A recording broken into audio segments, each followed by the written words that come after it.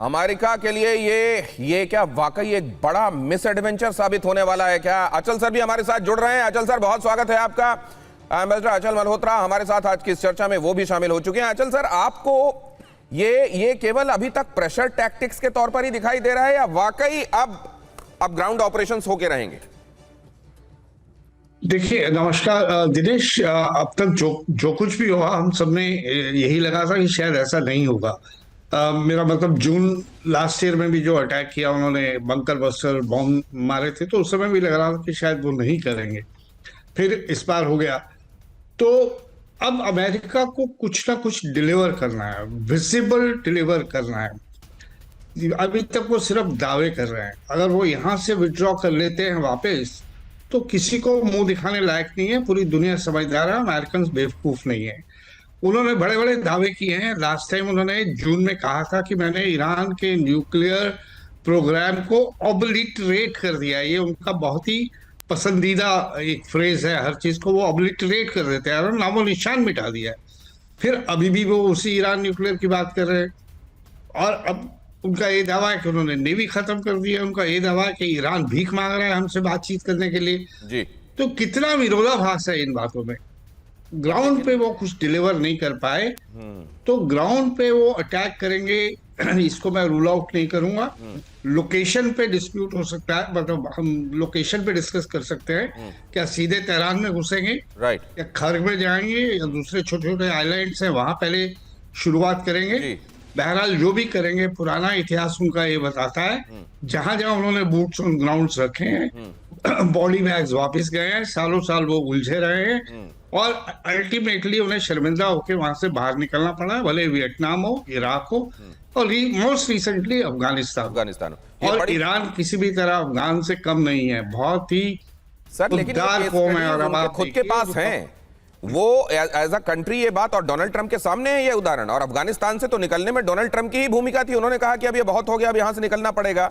तो क्या इतने सबक के बावजूद ये वैसे ही हो गया है क्या कि जैसे केले का छिलका पड़ा हो, बहुत समझदार आदमी भी जा रहा हो, बोले कि ये आज केले का छिलका पड़ा हो, आज लगता है फिर फिसल के जाना पड़ेगा? क्या मतलब ये ऐसा हो गया कि उनको सामने दिखाई दे रहा है लेकिन उनके पास कोई चारा नहीं है और वो फिसल के ही जाने वाले हैं क्या? मैं आपसे समझूंगा, लेकिन उससे पहले जरा देखिए ये 82 का फिगर देखिए। एक तरफ 82nd ये एयरबॉर्न उनका डिवीजन, और दूसरी तरफ से ये 82वीं वेव जो मिसाइल की मारी जा रही है। यहां आज 82 का फिगर बहुत इंपॉर्टेंट है। ईरान की 82वीं वेव का एक और वीडियो सामने आया है। ईरान ने ताबड़तोड़ मिसाइलें दागी हैं। ये एक और वीडियो सामने आया है और इसको आप ध्यान से देखिए और उसको इसके बाद इसे एनालाइज भी करते हैं। पहले सुनिए ये आवाज और देखिए इन तस्वीरों को।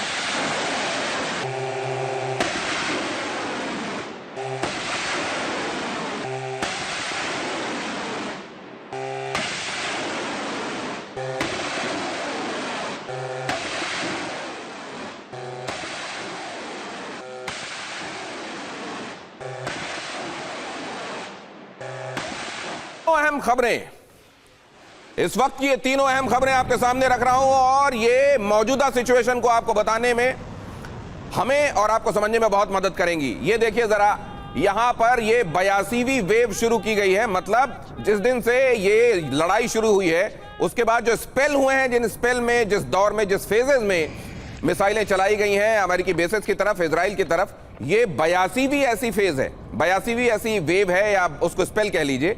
ये 82 नंबर का स्पेल है। क्या इतना ज्यादा ईरान के पास स्टॉक होगा मिसाइलों का, यह समझा जा रहा था अमेरिका इजराइल की तरफ से? बिल्कुल नहीं।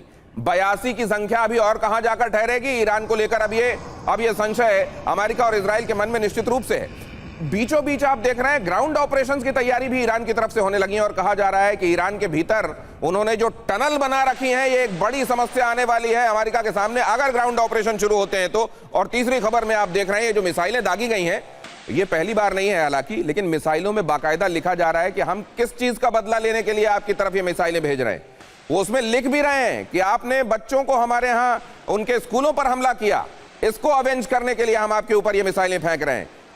हमने हमारे सुप्रीम लीडर को आपने खत्म कर दिया, हम इसको अवेंज करने के लिए आपके ऊपर हमला कर रहे हैं। मिसाइलों में मैसेज लिखकर फिर मारा जा रहा है और साथ में मजहबी नारे भी लग रहे हैं। प्रोफेसर अमिताभ, ये जो तीनों तस्वीरें हम अपने दर्शकों को दिखा रहे हैं, इसका लब्बो-लुआब क्या है?